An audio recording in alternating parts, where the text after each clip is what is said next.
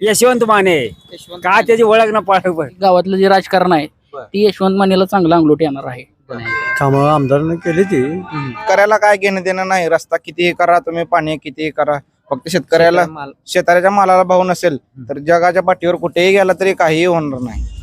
जे पाटील उमेदवार देतील आम्ही खंबीरपणे तो उमेदवार निवडून आणू. जरांगे जर मध्ये उतरले ह्याच्यात राजकारणात तर कुठल्याही आमदाराचं काय खरं नाही. मराठा आरक्षणचा ह्यांना दणका बसणार आहे. यंदा आम्ही तुतारी वाजवणार आहोत. तू तरी वाजवणार. ऊस बिल आज ऊस जाऊन 10 महिने झाले. येतं का ऊस बिल? शेतकरी काय त्या टेन्शन कारखान्याला मध्ये घातलाय. लोकमगरला जातो. जे जरांग्याचा उमेदवार असेल त्याला ठामपणे मतदान पडेल. विकासाची कामं बरीच झाली आहेत. माने जे आहेत ना आताचे आमदार त्यांनी भरपूर कामं आमच्या गावाला दिले आहेत. आमचे जरांगे पाटील म्हणतील तसं आम्ही. कोण आहे आमदार तुमच्या इथला? इथला आमदार कोण आहे तुमचा?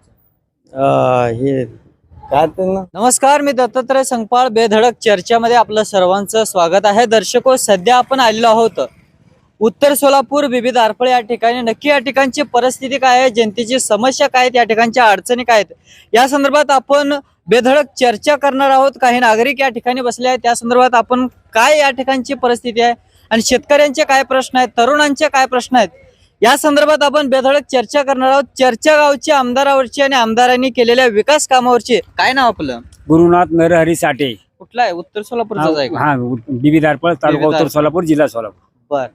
काय समस्या काय तिथल्या नागरिकांची? समस्या म्हणजे काय ह्याच्यामध्ये हे असं जर पाहायला गेलं तर काय गावाची म्हणजे घाण पाण्याची, आतमध्ये गटारी स्वच्छ नाही. कोण आहे आमदार? कोण आहे इथला आमदार? कोण आहे? कशाचं आमदार आणि काय त्याच्या आम्हाला तेवढं काय खोल ह्याच्यावर नसतो आम्ही. यशवंत माने. यशवंत का त्याची ओळख न पाठ बर. काय काम बिम केलेत का? त्यांचं काम काय कामाचं तर काय विकास नाही दिसत येत. हा, काहीच नाही. सगळं थंड आहे. हे मतदारसंघ मोहोळ मतदारसंघ. हा, मोहोळ जोडलेला आहे. बर बर. नमस्कार, काय नाव आपलं? महारुद्र हवेली. बर. काय विकासाची कामं काय झाली ती का नाही? कामं आमदारांनी केली ती. ते काय मंदिराला निधी दिलाय. ते निधी अजून काहीतरी अडकलाय कुठंतरी कचाट्यात. पण त्यांनी 43 लाख त्यांची कामं झाली. कामं झाली ती. झाली म्हणजे मंदिरात त्यांनी 3 कामं चांगली केली. आता विधानसभेची निवडणुका जवळ आलेली आहे. काय वाटते तुम्हाला यंदा? आम्ही तुतारी वाजवणार आहोत. तू तरी वाजवणार. या ठिकाणी अजून नागरिक आहेत, आजोबा बसलेत पारंपरिक वेशभूषामध्ये. तरुण मंडळी इकडे आहेत, तिकडे जाऊया. पहिल्यांदा इकडे तरुण मंडळी आहेत, त्यांच्यासोबत आपण बेधडक चर्चा करूयात. मस्त आता आपण गप्पा मारूयात. युवा पिढी, तरुण, ज्यांच्यावरती आता संपूर्ण देश चालणार आहे, असे तरुण या ठिकाणी बसलेले आहेत. आमदारांचं कार्य सांग. नमस्कार. नमस्कार. काय नाव आपलं? सनील कदम. सुनील कदम. काय करतो सध्या? सध्या माझं JCB आहे, डंपर आहे. काय या ठिकाणी विविध आरफळचं काय कुठल्या मतदारसंघात येतोय? मोहोळ. मोहोळ मतदारसंघामध्ये. काय विकासाची कामं काय झाली का नाही? झाली ती विकासाची काय कामं काय झाली. कामं झाली? काय तळ झाले मोरवंची रोडला, रस्ते झाले, नळाची पाईपलाईनचं काम चालू आहे. बर बर. कोण आहे आमदार? आमदार यशवंत माने. त्यांचं कसं आहे काम? चांगला आहे काम. चांगलं आहे काम. चांगलं आहे. आता 2024 जे काय आता काही दिवसावरती, काही महिन्यावरती, नोव्हेंबर मध्ये आहेत, त्यावेळी निवडणुकीला काय वाटतं तुम्हाला, येईल का आमदार? येईल, पण कसं आहे माहिती आहे का, आता बाकीचं बी मराठा आरक्षणचाही विषय आहे. आणि ही गावातली जी कशी असते, गावातलं जे राजकारण आहे ती यशवंत मानेला चांगला अंगलोट येणार आहे. कारण यशवंत माने जी काम करतात ती काम म्हणजे त्यांचं काम करणारी माणसं इगडी जायती आणि त्यांच्या डोळ्यात धूळ टाकणारी इगडी जायती. कारण यशवंत माने ज्यांची कामं करते ती लोक गावात दुसऱ्याचीच कामं करते त्याचा फटाका त्यांना निबर बसणार आहे. नमस्कार. काय नाव आपलं? अनिकेत देशमुख. अनिकेत देशमुख. वाढदिवस आहे का? वाढदिवसाच्या हार्दिक शुभेच्छा तुमच्या. ओके, धन्यवाद. काय विकासाची कामं झालीत का हो इकडे? झाली ती तेवढ्यापैकी काय असेल ते, थोड्या रस्त्याची वगैरे कामं झालेली आहेत. जेवढं पाहिजे तेवढा विकास झालाय वाटतंय तुम्हाला? झाला तेवढ्यापैकी, बऱ्यापैकी थोडा. काय वाटतं यंदाच्या विधानसभेच्या निवडणुकीमध्ये? मराठा आरक्षणचा ह्यांना दणका बसणार आहे फिक्स. कोणाला बसणार? त्यांना दुसरी जे आहे ती राजकारणी, भाजप, काँग्रेस, कोणी असू द्या. विद्यमान जे काय आमदार आहेत ते यशवंत माने, त्यांनाही बसणार. असं झाले की जोपर्यंत मराठा आरक्षण मिळत नाही तोपर्यंत या राजकारण्यांना म्हणजे कसलंच मतदान आहे. मनोज दादा जे सांगतील तेच आम्ही करणार आणि त्यांच्या पाठीशी आम्ही खंबीरपणे उभे राहणार. पाटील म्हणजे आता कुणाला थांबवतील तोच या ठिकाणी निवडून येणार. हो 100%. विकास किती बी विकास करू द्या, पण आता सध्या आम्हाला आरक्षणाची गरज आहे. त्याच्यामुळे आम्हाला आरक्षण पाहिजे, ते पण ओबीसी मधून 50%च्या आतून. ओबीसी म्हणून 50%च्या आतून. आरक्षण पाहिजे. जी मनोज दादांची जी मागणी आहे त्या मागणीवर आम्ही मराठी सुरू ठाम. पाटील म्हणतात प्रत्येक मतदारसंघात एक उमेदवार. हो, ते जे पाटील उमेदवार देतील आम्ही खंबीरपणे तो उमेदवार निवडून आणू. जो पाटील उमेदवार देतील तेच निवडून तेच येणार. निवडून आणू. काय कुठला हितलंच आहे का हा घेतलाच बेबी दारपळ? कुठला मतदारसंघ येतोय तुम्हाला? आम्हाला काही सोलापूर तालुक्यातलाच येतो कुठला येतो मोहोळ तालुका. हा कोण आहे आमदार तुमचा? आमदार तुमचा? अरे राजकारणात काय आपल्याला रोड नाही हो काय. राजकारणात नाही पण आमदार तर तुम्हाला माहित असायला पाहिजे. एवढं कोण डोक्यात धरतो शेतघर हा. आपलं शेतघर आपलं आपलं बघतो आपण.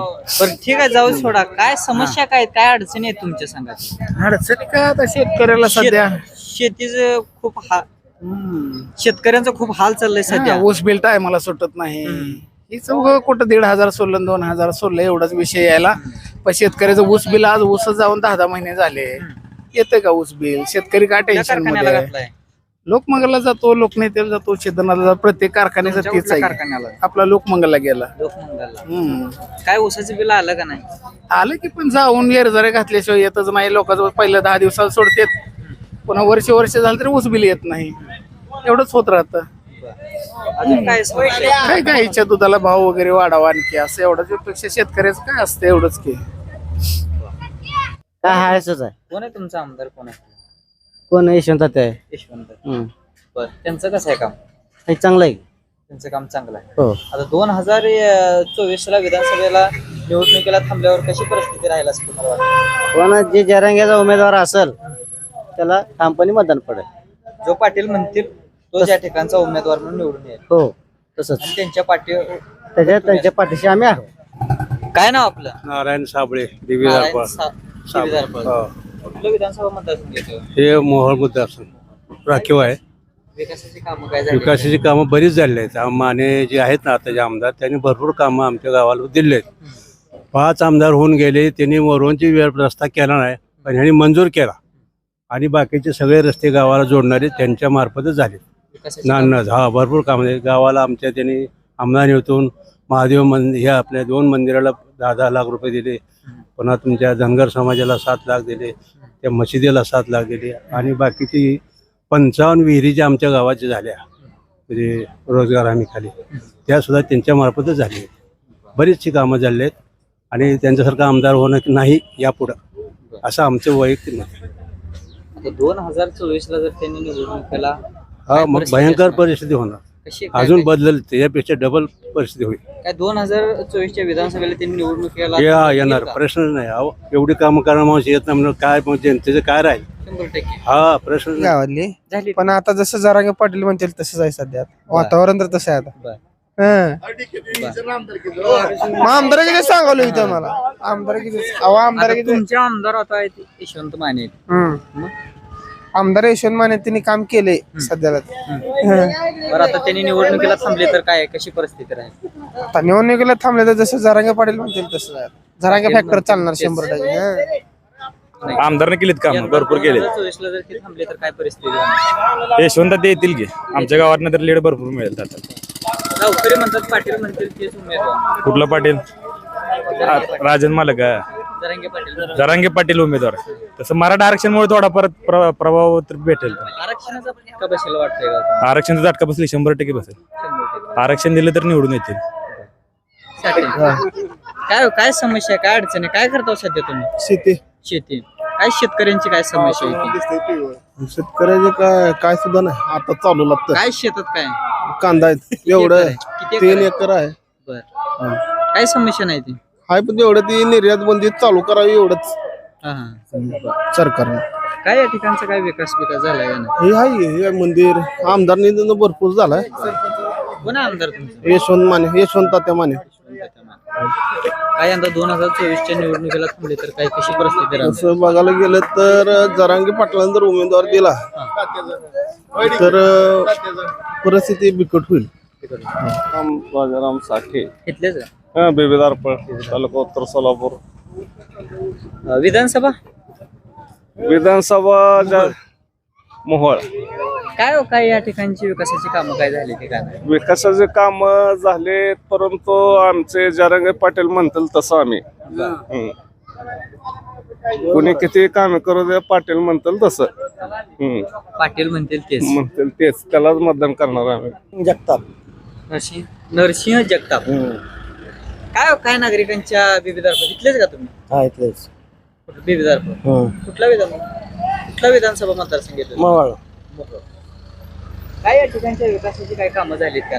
झाले कोणती कामं झाली? रोडचे आलेत. तिथला आमदार कोण आहे तुमचं? हे काय ते ना यशवंत माने. कसं आहे त्यांचं काम? कसं आहे? चांगला आहे. चांगलं आहे. चांगला आहे. यंदा 2024च्या विधानसभेच्या निवडणुकीला थांबले तर काय होईल? त्यांची परिस्थिती कशी होईल? जरांगे जर मध्ये उतरले ह्याच्यात राजकारणात तर कुठल्याही आमदाराचं काय खरं नाही. हा, जे विरोध करतात मराठा आमदार कोण होईल या कुठलाच माणूस सांगू शकत नाही. हा, कुठलाच माणूस सांगत नाही ठामपणे. कारण मराठा आहे आजपर्यंत आहे ना 75 वर्षात देश स्वतंत्र झाल्यापासून आजपर्यंत मराठा कधीच एकत्र झाले नाही. ह्या वेळेनंच झालेला आहे.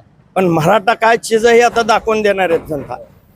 मराठा समाजावर किती अन्याय झाला समाजावर ती सहनच केले. काँग्रेस सरकारने 50 वर्ष सत्ता भोगली, काय केलं? त्यांना राष्ट्रवादी मिळाली, काय केलं? कुणीच काय केलं नाही.